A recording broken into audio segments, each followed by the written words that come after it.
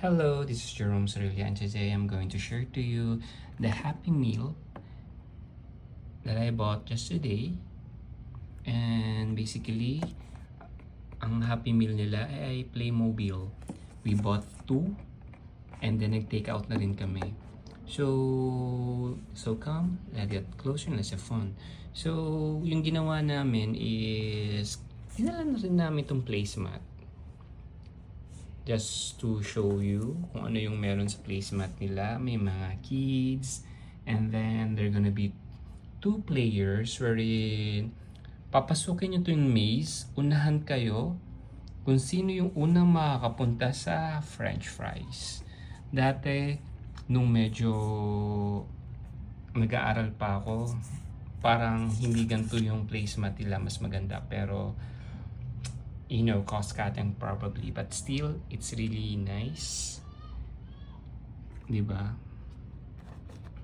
So let's get into it. Ang unang bubuksan natin is itong Orca. By the way, ano sila madami sila. I think mga 10 sila. Pumili lang ako ng 2. So basically, meron siyang games here. Orca. Ganito siya. And then, may smiley. And then, ganyan. Naka-box. Let's see kung ano yung... nakabuo na siya kaagad. Oh. Tapos, meron siyang something like this. Parang basic facts about the Orca. I don't know what exactly is this one, because this is in, I don't know what language it is. Vietnamese ba to or French? Hindi ko siya mabasa eh. Basta, I don't know.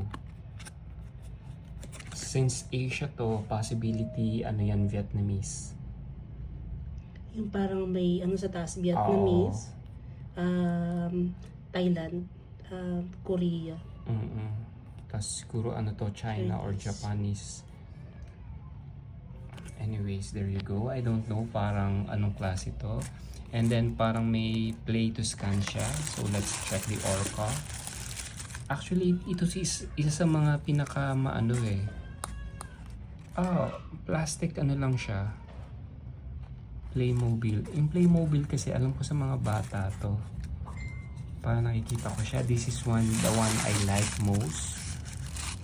And then, probably kung makikita nyo, lahat ng pinili ko is black and white.